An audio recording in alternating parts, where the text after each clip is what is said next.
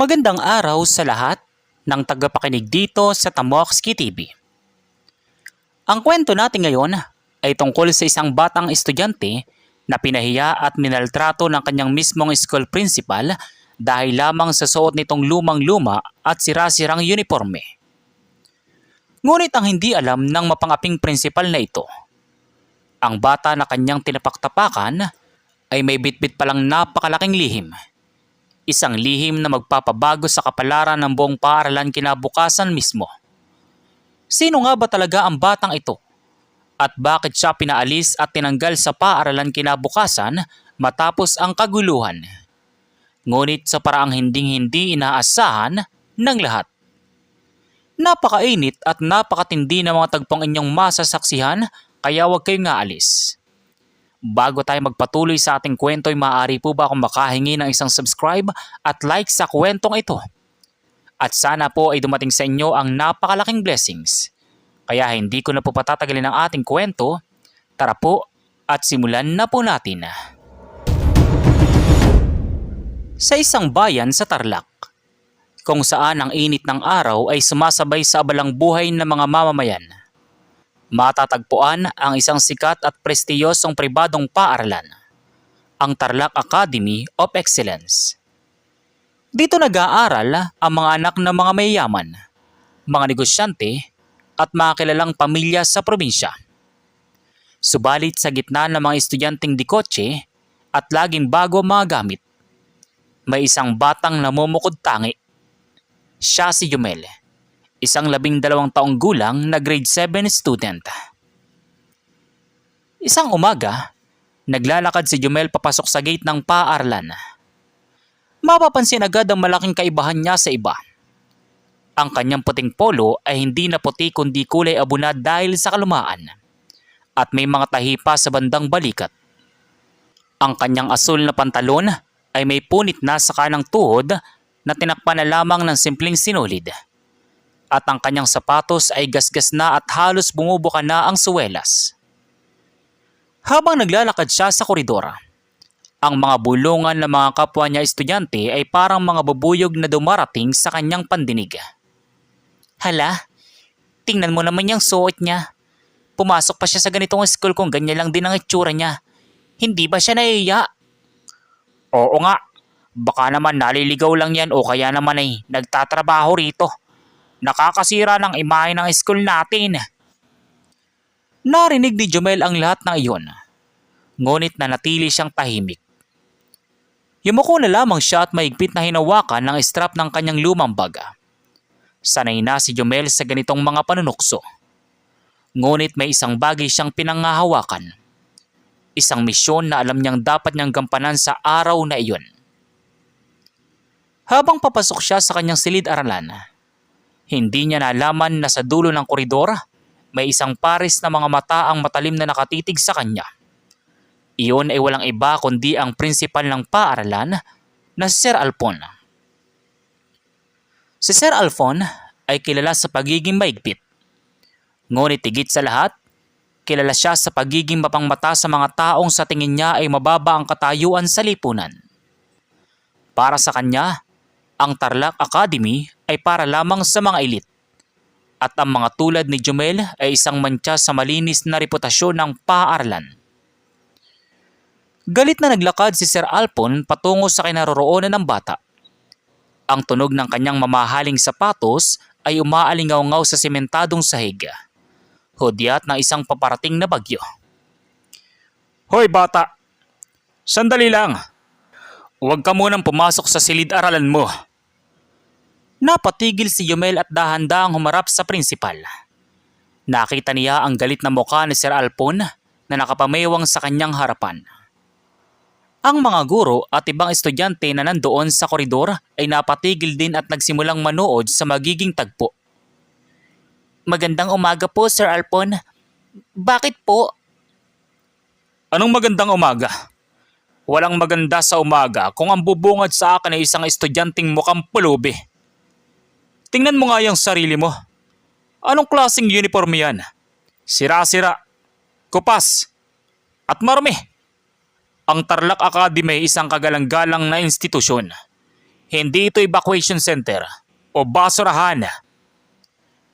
Ang boses ni Sir Alpon ay napakalakas, sapat upang marinig ng buong palapag. Ang ilang mga estudyante ay nagtawanan, habang ang iba naman ay naawa ngunit walang magawa dahil takot sila sa prinsipal. Ramdam ni Jumail ang init na muka at ang bigat sa kanyang dibdib. Ngunit pilit niyang pinigil ang kanyang mga luha. Pasensya na po Sir Alpon. Ito lang po kasi ang tanging uniforme na mayroon ako ngayon. Gusto ko lang naman pong makapasok at mag-aral. Mag-aral? Ang pag-aaral ay may kasamang disiplina at respeto sa paaralan. Ang itsura may isang pambasto sa akin at sa buong management ng school na ito. Kung wala kayong perang pambili ng maayos na uniforme, hindi ka nararapat dito. Umalis ka sa harapan ko at pumunta ka sa opisina ko ngayon din. Hihintayin natin ang mga magulang mo dahil kakausapin ko sila kung bakit kayo nahahayaan na pumasok na mukhang basahan. Sa utos ng prinsipal, walang nagawa si Jumel kundi sumunod. Naglakad siya patungo sa opisina ng prinsipal habang nakasunod si Sir Alpon na patuloy na nagbubulong ng mga masasakit na salita. Pagdating sa opisina, pinaupo si Jumel sa isang silya sa sulok habang si Sir Alpon naman ay marahas na naupo sa kanyang malaking swivel chair at agad na kinuha ang telepono upang tawagan ang pamilya ng bata. Samantala, sa isang lumang bahay sa labas ng bayan, nakaupo ang ama ni Jumel na si Jester kasama ang lolo nito na si Jorem. Ang dalawa ay seryoso nag-uusap habang naghihintay ng balita. Si Jester ay isang simpleng lalaki na may malalim na ekspresyon sa muka, habang si Lolo Jorem naman ay isang matandang may otoridad sa bawat galaw, bagamat nakasuot lamang ng simpleng damit pambahay. Biglang tumunog ang lumang cellphone ni Jester. Sinagot niya ito at narinig ang galit na boses ni Sir Alpon sa kabilang linya. Hello, kayo ba magulang ng batang si Jumel? Pumunta kayo dito sa paaralan ngayon din.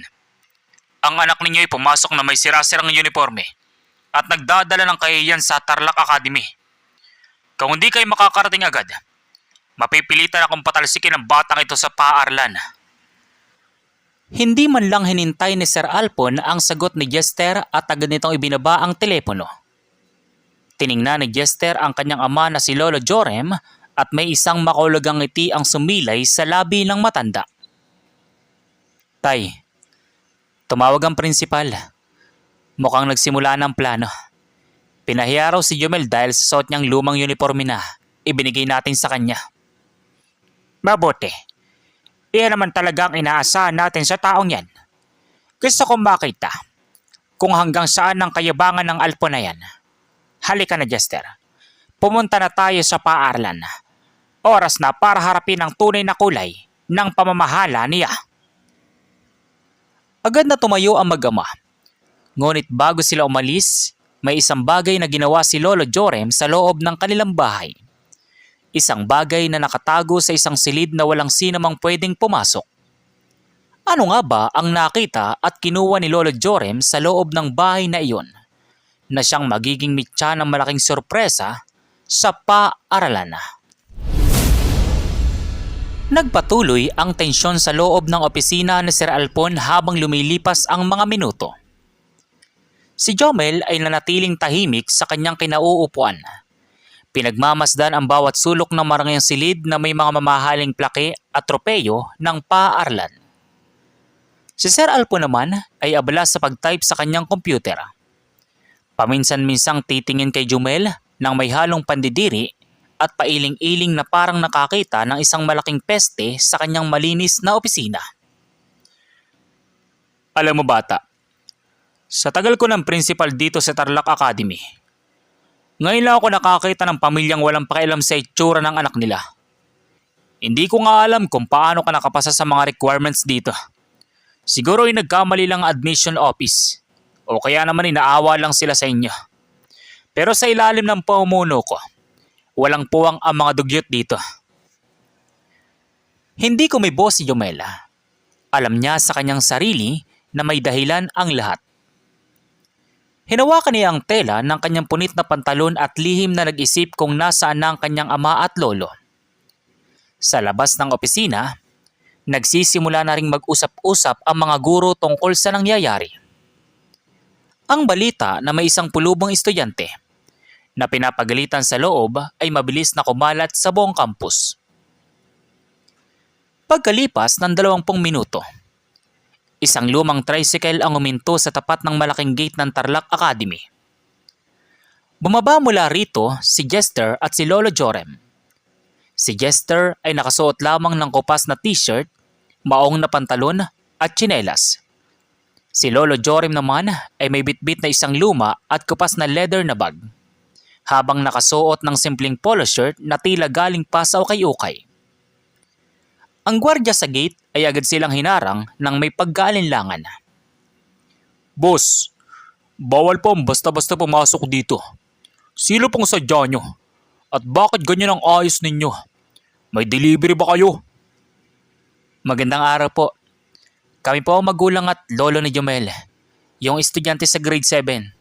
Ipinatatawag po kami ni Sir Alpon sa kanyang opisina." Tiningnan ng gwardya ang dalawa mula ulo hanggang paa. Kitang-kita sa mukha ng gwardya ang kawalan ng gana. Ngunit dahil sinabi nilang ipinatatawag sila ng prinsipal, pinayagan niya silang pumasok matapos papirmahin sa logbook. Naglakad ang mag-ama sa gitna ng malawak na quadrangle ng paaralan. Ang lahat ng estudyanteng nakakasalubong nila ay napapatingin at nagbubulungan din. Eksakto sa paraan kung paano nila tinignan si Jomel kanina. "Tingnan mo, Jester. Ganito pala pinalaki ng paaralang ito ang mga kabataan ngayon. Natututo silang tumingin sa panlabas na itsura ng tao imbis na sa karakter nito. Mukhang tama nga ang hinala ko tungkol sa Alpon na yan." "Huwag ka mag-alala, tay. Malapit nang matapos ang laro niya. Handa na po ba ang lahat?" "Higit pa sa handa, anak. Hayaan nating maging kampante ang mayabang na yan." Narating ng mag-ama ang pintuan ng opisina ng prinsipal. Kumatok si Jester ng 3 beses bago dahan-dahang binuksan ang pinto. Pagpasok nila, agad na napatayo si Sir Alpon mula sa kanyang silya. Hawak ang isang mapang-aping ngiti na tila ba napatunayan niya ang kanyang hinala na galing sa mahirap na pamilya ang bata. "Aba, sa wakas dumating din kayo. Kayo ba mga magulang ng batang ito? Maupo kayo, kung kasya kayo riyan sa maliit na silya." Walang reklamo na naupo si Jester at si Lolo Jorem sa 2 bakanteng silya sa tapat ng lamesa ng prinsipal. Lumapit si Jomel sa kanyang tatay at lolo. At tinapik naman ni Jester ang balikat ng kanyang anak upang bigyan ito ng lakas ng loob. "Diretsahan na tayo, mister. Ano nga uli ang pangalan mo? Hindi ko na kailangan tingnan ang record nyo. Nakikita nyo ba ang itsura ng anak ninyo? Pumasok siya ngayong araw na mukhang galing sa lansangan. Sira-sira ang uniforme. Alam nyo ba na ang Tarlac Academy ay may mataas na standard? Ang bawat estudyante rito ay sumasalamin sa kalidad ng paaralan. Ang itsura ng anak nyo ay isang malaking insulto sa akin bilang prinsipal." "Pasensya na po, Sir Alpon. Medyo gipit po kasi kami ngayon kaya hindi pa namin siya maibili ng bagong uniforme. Pero nag-aaral naman po na mabuti ang anak ko. Mataas po ang mga marka niya." "Walang pakialam ang paaralang ito sa matataas na marka kung ang estudyante naman ay nagdadala ng kahiyan sa imahe ng eskwelahan. Ang kailangan dito ay mga taong kayang sumunod sa patakaran, kasama ng maayos na pananamit. Kung hindi nyo kayang tustusan ang mga pangailangan ng paaralang ito, mas mabuting ilipat nyo lang ang anak ninyo sa pampublikong paaralan. Doon, kahit ganyan ang itsura niya, pwedeng-pwede siya." Sa bawat salita na lumalabas sa bibig ni Sir Alpon, ramdam ang matinding diskriminasyon. Ngunit sa halip na magalit, si Lolo Jorem ay nanatiling kalmado. Dahan-dahan niyang inilapag ang kanyang lumang leather na bag sa lamesa ng prinsipal. Isang bagay na ikinaarko ng kilay ni Sir Alpon. "Sir Alpon, ang pagkakaalam ko, ang Tarlac Academy ay binuo hindi para sa mga mayayaman lamang, kundi para sa mga kabataang may pangarap at kakayahan. Ang uniforme ba ang nagdidikta ng talino at kinabukasan ng isang bata?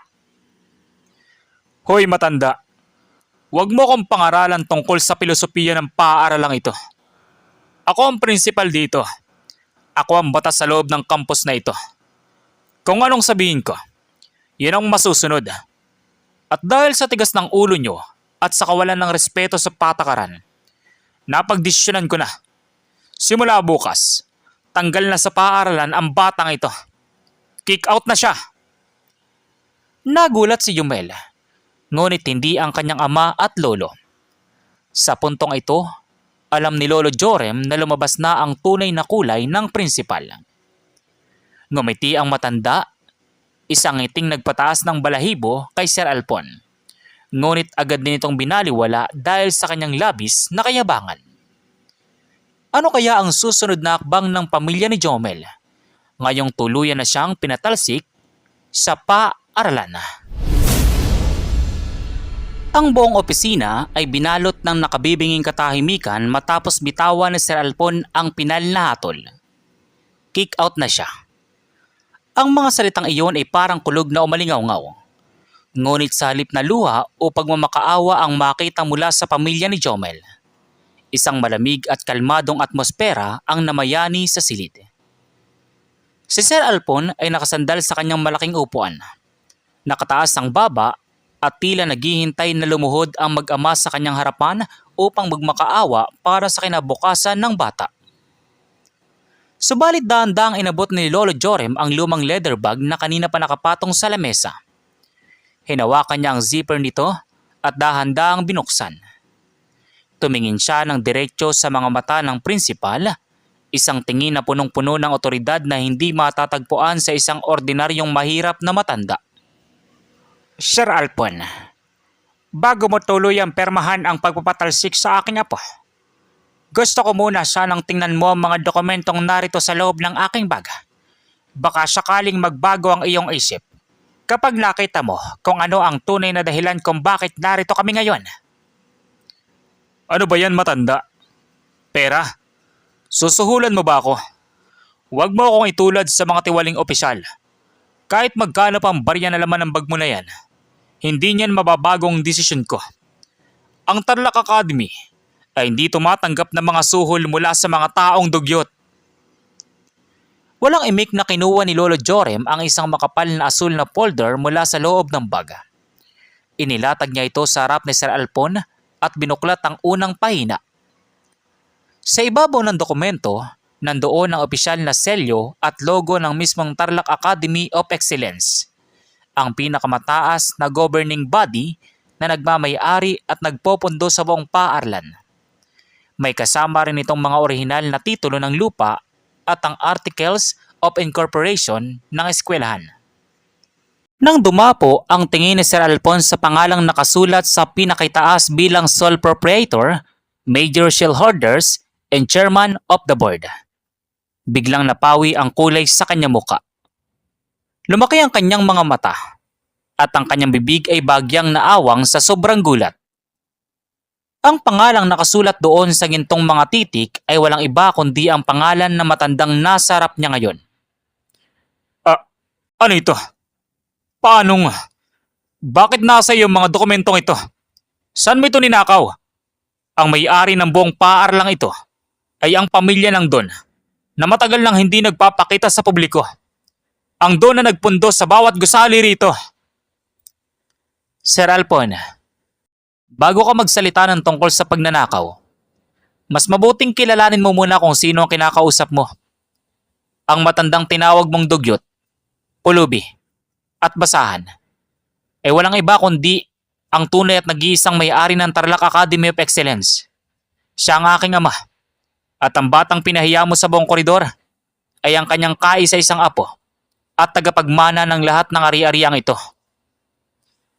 Parang binagsakan ng langit at lupa si Sir Alpon. Nanginginig ang kanyang mga kamay habang muling tinitingnan ang dokumento. At pagkatapos ay tumingin kay Lolo Jorem. Doon lang niya napagtanto na ang mukha na matanda ay hawig na hawig sa lumang painting ng founder ng paaralan na nakasabit sa main lobby. Isang painting na bago pa lamang siyang maupong principal ay nandoon na. Ngunit hindi niya kailanman binigyang pansin. Hindi. Hindi ito maaari. Kung kayo may-ari ng paaralang ito, bakit? Bakit ganito ang itsura nyo? Bakit ang bata ay nakasuot ng sira-sirang uniforme? Nagbibiro ba kayo sa akin? Hindi ito isang biro, Alpon. Ito ay isang pagsubok. Matagal na ako nakakatanggap ng mga sumbong at reklamo mula sa mga magulang at ilang guro tungkol sa iyong pamamalakad.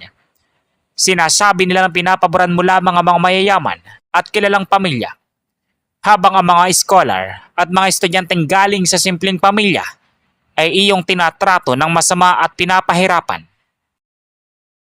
Kaya napagdesisyonan namin na gumawa ng isang eksperimento, Alpon. Inutusan ng aking ama si Jomel na magkunwaring isang mahirap na estudyante na walang kakayahang bumili ng bagong uniforme. Gusto naming makita gamit ang sarili naming mga mata kung paano mo itatrato ang isang bata na sa tingin mo ay walang kapangyarihan o pera. At hindi mo kami binigo, Alpon.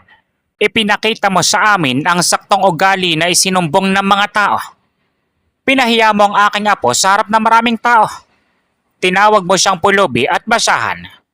At hindi mo man lang siya tinanong kung bakit galaw ng kanyang sitwasyon. Ang isang prinsipal ay dapat na maging pangalawang magulang ng mga bata rito.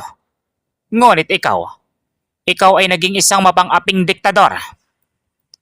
Ang mga pawis ay nagsimulang tumulo mula sa noo ni Sir Alpon. Ang kanyang kanang kamay na hawak ang ballpen ay labis na nanginginig kaya nabitiwan niya ito sa lamesa. Ang kanyang kayabangan kanina ay tuluyang nawala at napalitan ng matinding takot at pangamba para sa kanyang karera at reputasyon. Don Jorem, patawarin niyo po ako. Hindi ko po alam. Kung alam ko lang po sana na apo niyo si Jomel, hindi ko po gagawin ito. Ginagawa ko lang naman po ang lahat para mapanatili ang kaayusan at disiplina sa paaralan. Patawad po, Jomel. Patawad po, sir. Disiplina? Ang disiplina ba para sa iyo ay ang pagyurak sa dignidad ng isang bata dahil lamang sa kanyang kasuotan? Kung ang isang tunay na mahirap ang pumasok dito ng gano'n ng itsura dahil sa matinding kahirapan, ganyan din ba ang gagawin mo? Dodurugin mo ang kanyang puso at pangarap sa halip na tulungan siya. Sa labas ng opisina, ang mga guro at ilang estudyante na nakakarinig sa mga pintuan ay hindi na napigilang magbulungan nang marinig ang katotohanan. Ang balita na ang pulubing bata ay ang mismong may-ari ng paaralan ay mabilis na kumalat na parang apoy sa buong Tarlac Academy. Napuno ng takot at iya ang buong paligid para sa kanilang prinsipal. Ano kaya ang magiging pinal na desisyon ni Don Jorem sa kapalaran ni Sir Alpon? At paano kaya tatapusin ng pamilya ang gulong ito kinabukasan? Nanginginig ang buong katawan ni Sir Alpon habang nakatingin sa tatlong taong nasa kanyang harapan.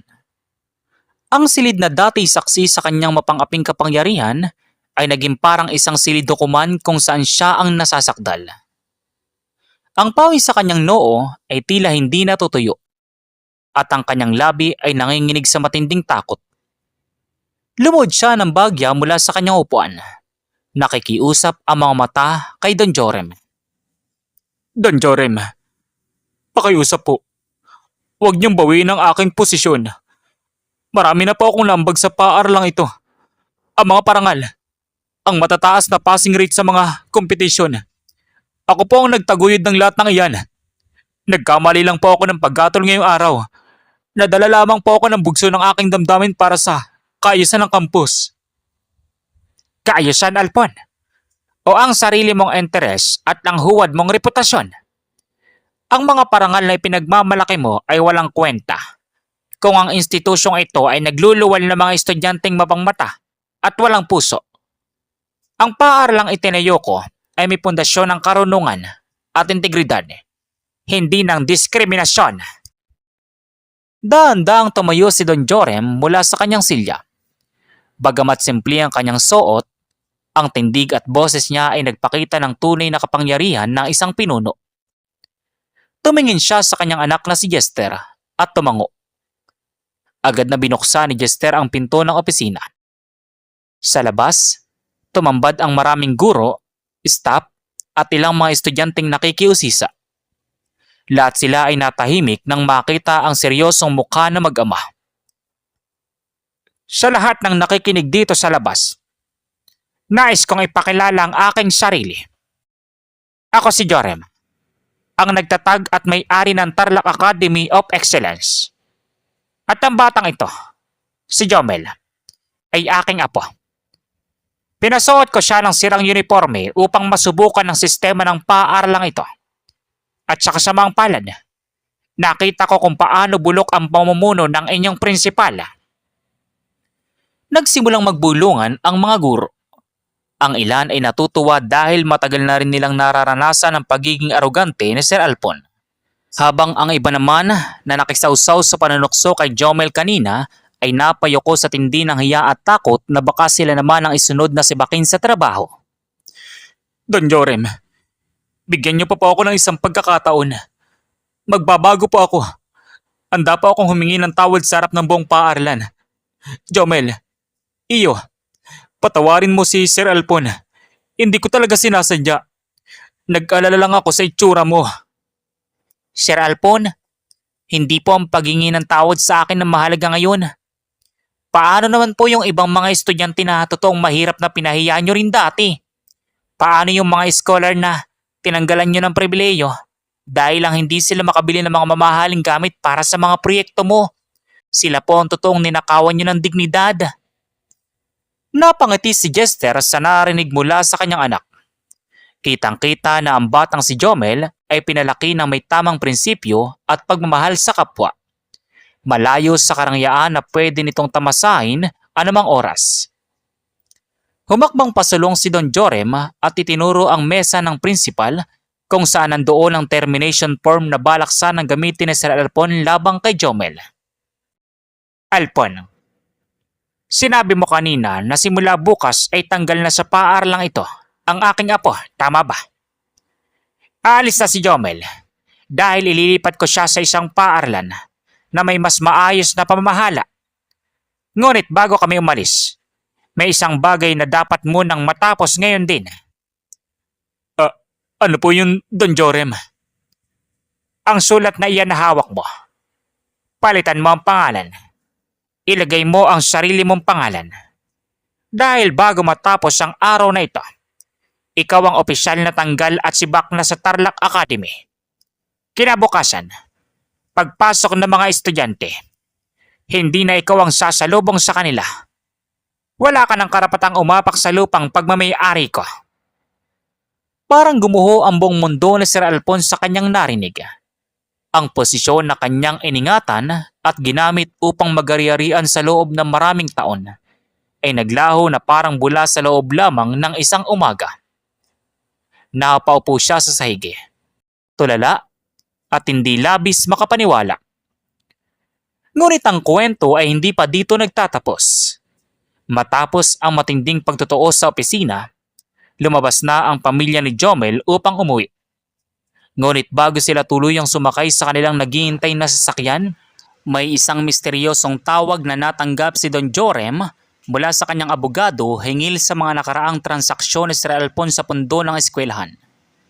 Ano nga ba ang malaking anomalya na matutuklasan pa nila na tuluyang magpapakulong sa mapang-aping prinsipal?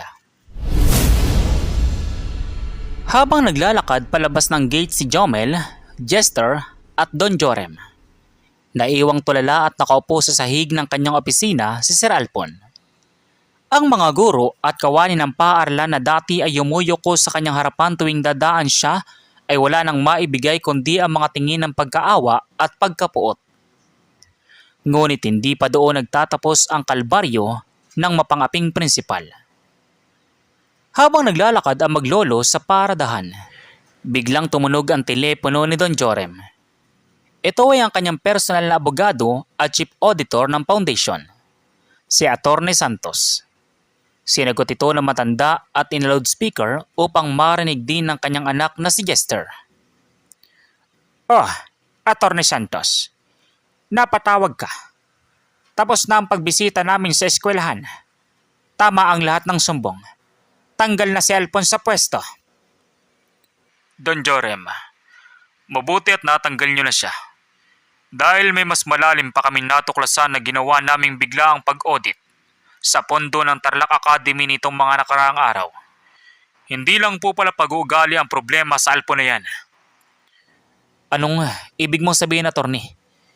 May kinuha ba siyang pondo mula sa eskwelahan? Higit pa doon, Sir Jester. Pinalalabas niya sa mga report na napunta sa mga scholarship ng mga mahihirap na estudyante ang malalaking halaga ng pera mula sa foundation. Pero ang totoo, ginipit at tinanggalan niya ng tulong ang mga totoong scholar upang ibulsa ang pera. Ginamit niya ito para pambili ng kanyang mga mamahaling sasakyan at mga ari-arian. May hawak na kaming sapat na ebidensya para sa kasong qualified theft at istapa. Narinig ng ilang mga guro na malapit sa kanila ang usapan at mabilis na nakarating ang balitang ito sa loob ng administration. Sa loob ng opisina, hindi pa man nakakapag-impake ng kanyang mga gamit si Sir Alpon, ay dumating na mga otoridad kasama ang mga abogado ng foundation upang ihain ang formal na demanda at pag-aresto sa kanya. Ang kanyang karangyaan, kapangyarihan at kayabangan ay tuluyang nagbunga ng rehas na bakal.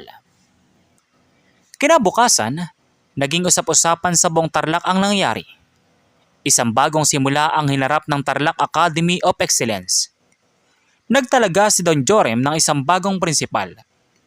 Isang tapat, may puso at walang kinikilingang scholar na may tunay na malasakit sa kapakanan ng mga bata, anuman ang estado ng mga ito sa buhay.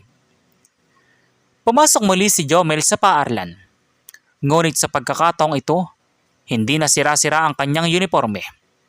Suot na niya ang isang malinis, bago at di kalidad na uniforme na sumasalamin sa kanyang pagiging tagapagmana ng eskwelahan.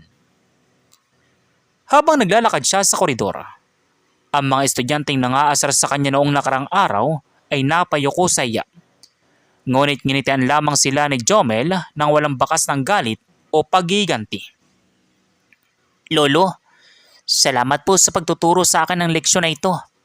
Ngayon ko po mas naintindihan na ang tunay na halaga ng tao ay wala sa ganda ng kanyang kasuotan, kundi nasa linis ng kanyang puso at layunin.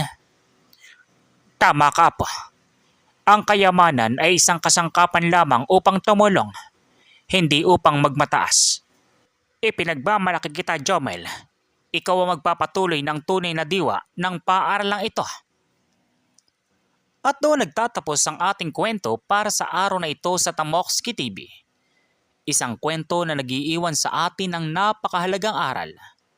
Huwag na huwag nating hatulan ng isang tao base lamang sa kanyang panlabas na itsura o kasuotang meron siya.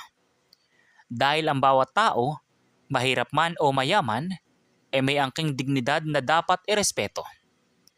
Ang mapangapi ay laging may kalalagyan at ang nagpapakumbaba ay laging itinataas ng may kapal. Sana ay nagustuhan nyo ang kwentong ito. Huwag kalimutang mag-like, mag-share at mag-subscribe para sa marami pang kapanapanabik at kapupulutan ng aral na mga kwento dito sa Tamoxki TV.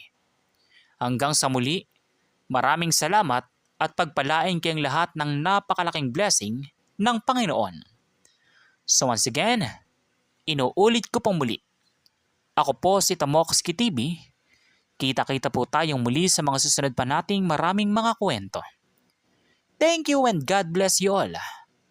Peace out.